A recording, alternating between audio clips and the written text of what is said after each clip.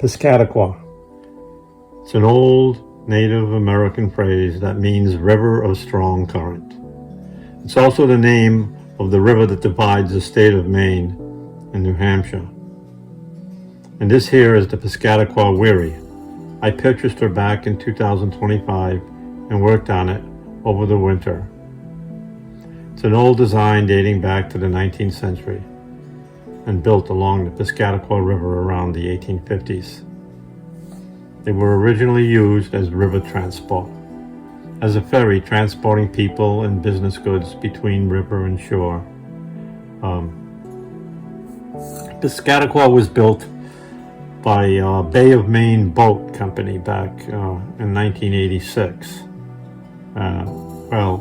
Mine was built in 1986, and on the bill of sale it makes claim that this is hull number 1. And if that's true, I feel great that it's being restored.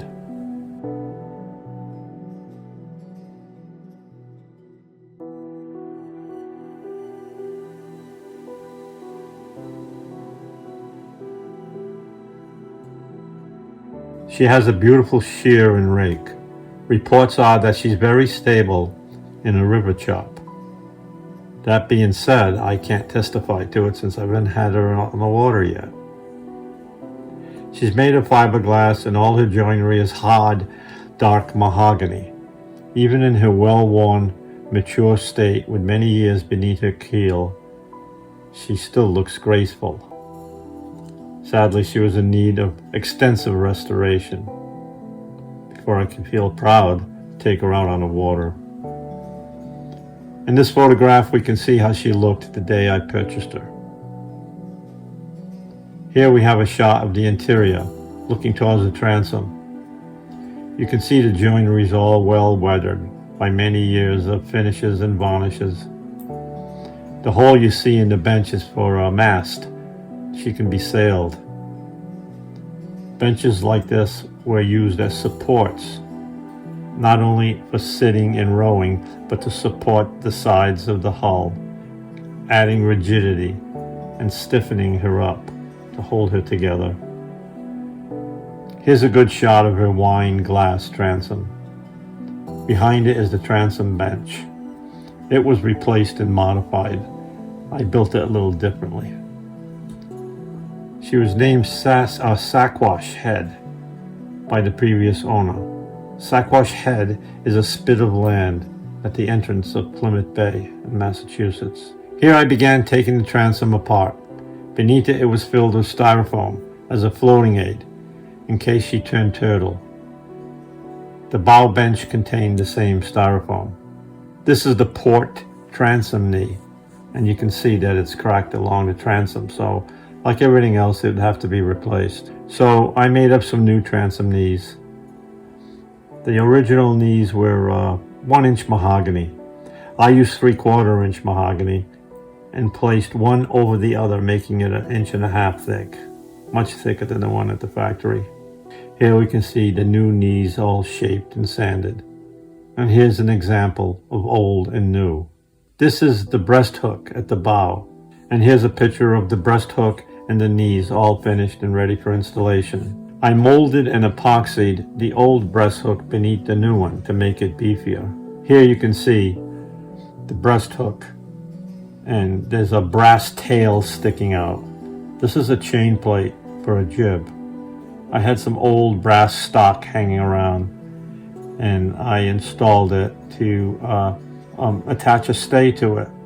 Whether I do or not, only time will tell, but more on that later.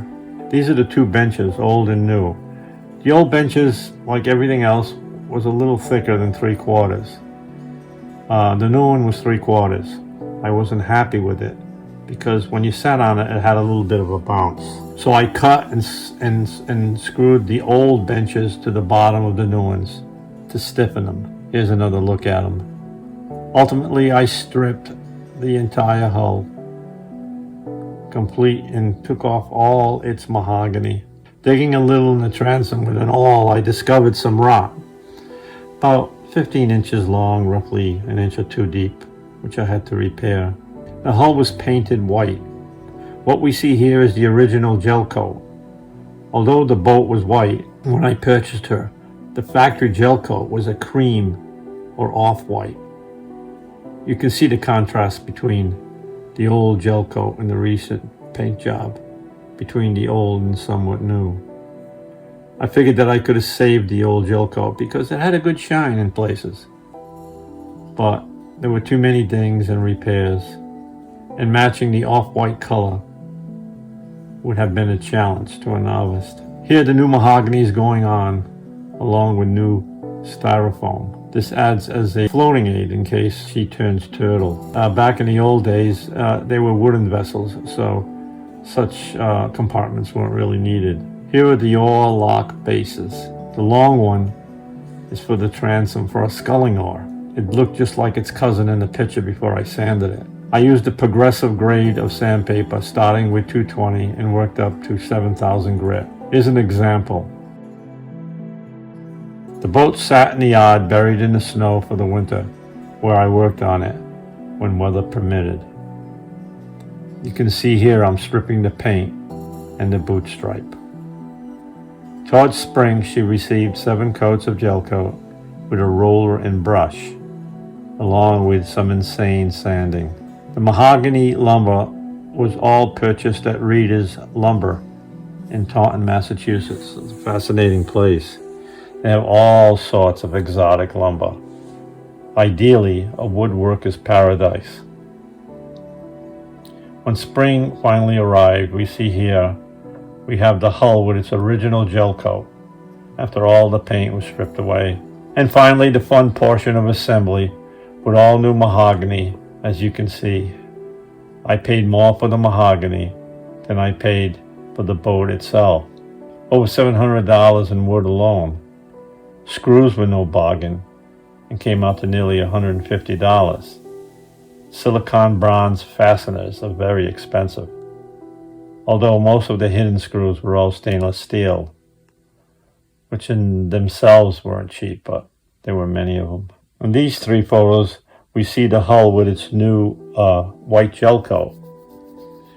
I began with a guide coat before sanding. Between each grade of sandpaper, a new guide coat was smeared on and sanded off. This assured that I sanded off just enough gel coat without breaking through. A mistake I made with the joinery was varnishing it before installation. It was cold, too cold to varnish, so I varnished everything inside the house. But the varnishing job really should have waited until the spring. This way I could sand the highs and lows and make certain everything was nice and flat and level.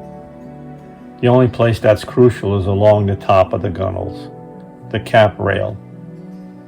Of course, next year I'll just sand it all down again, just the top rail of the gunnels, assuring that it's flush and flat. For now, I deemed the Wherry complete. I'll take you outside and show you the finished product. Go out and check out the Wherry.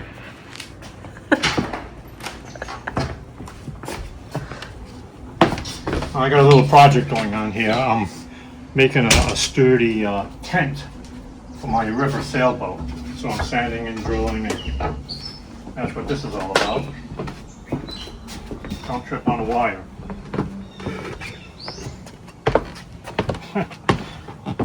And the tent's going to be for this little fella here. Gen 2, it's a compact 16, and I use it on the Westport River. And I'd like to stay overnight, so I can make a little tent for it. Put up overnight, sleep outside, and if it rains or whatever, I'll have to get out of the sun. But here's the Wherry over here.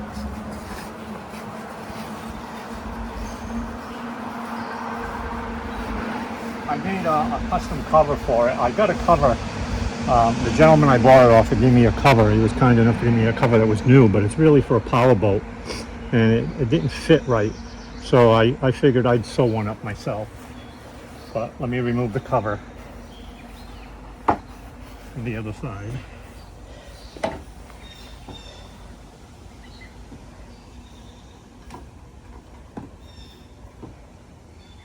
if you can get a distant shot.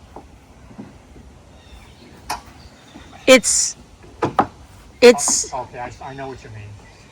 Okay.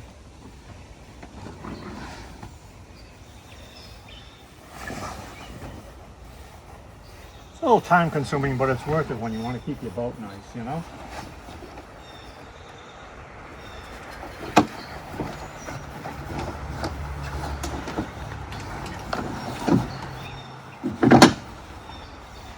Let me get the frame out of here.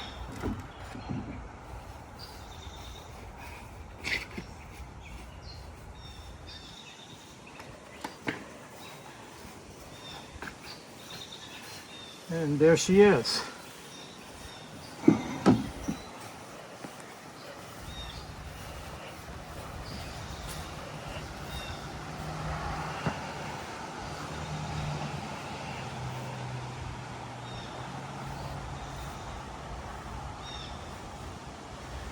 If you look at the front, it's lower. You can get a good view of the whole interior. You know, right from here. Let me get the oar.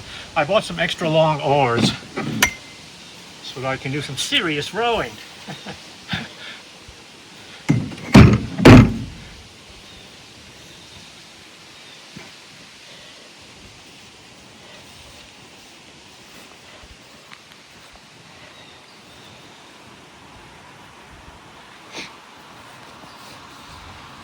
Okay. This came undone.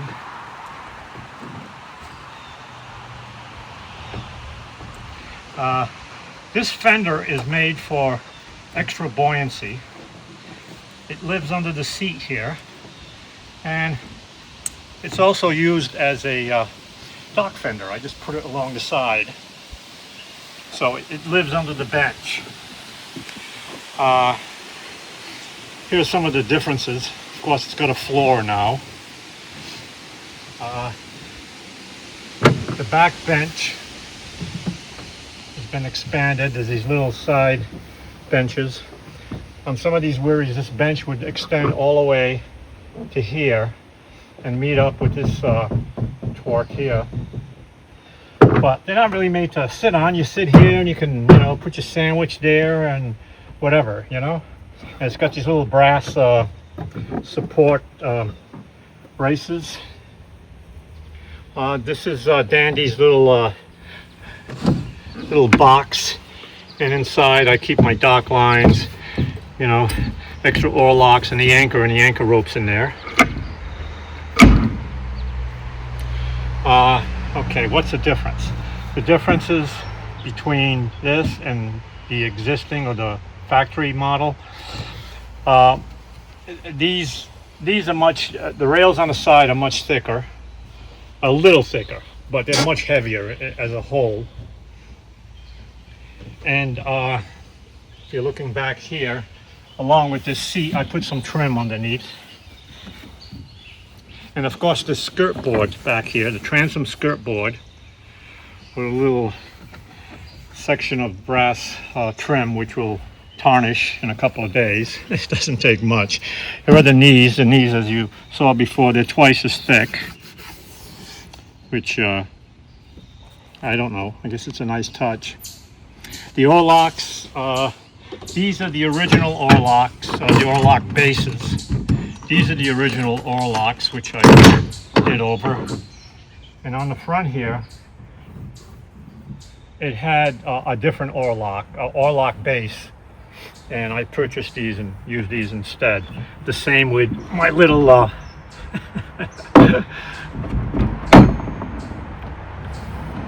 see.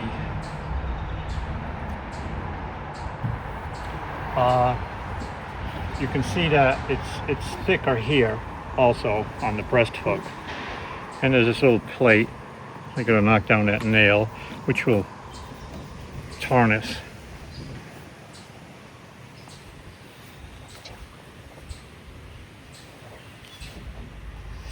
Now I want to show you some differences with this bench and the old bench. The old bench came right across. This one's got a little swoop to it, just like the back. Okay, and then there's the gel coat. She was factory off-white or cream color gel coat, and the gel coat that was underneath it, I could bring it back, but it had too many dings and too many little chips that were fixed, and then I'd have to match the gel coat color, and that's not easy to do if you've never done it before. But, and of course, little touches like this little stick I made, little pickup stick. It's made out of a broom handle. The one that was on here was plastic, so I thought I'd replace that. And of course, this is the best thing you can use to scoop water. I would like to have the leather one with the pecan leather, the real classic one, but they're like $115. This was like 20 bucks.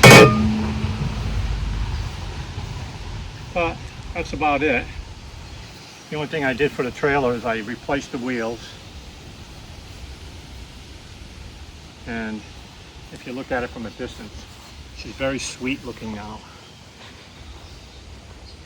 Oh, I gotta show you something over here. Of course, a boat like this isn't really made for sailing, but you can sail it and she'll go nicely downwind. She won't go well to the wind, into the wind. But these are the sails. This is a rudder off my little fatty knees, which is over there in the corner. And I never sailed it. This is the mast. And those are the sails.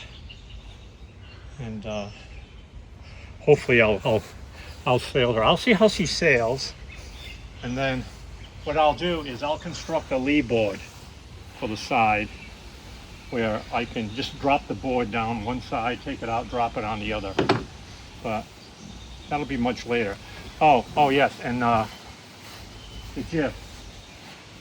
This chain plate is really ridiculous because it's made like for a 28 footer or something. It's not really a chain plate, it's a piece of stock, of brass stock. I put on here to attach the jib to. Because I'm a jib sailor.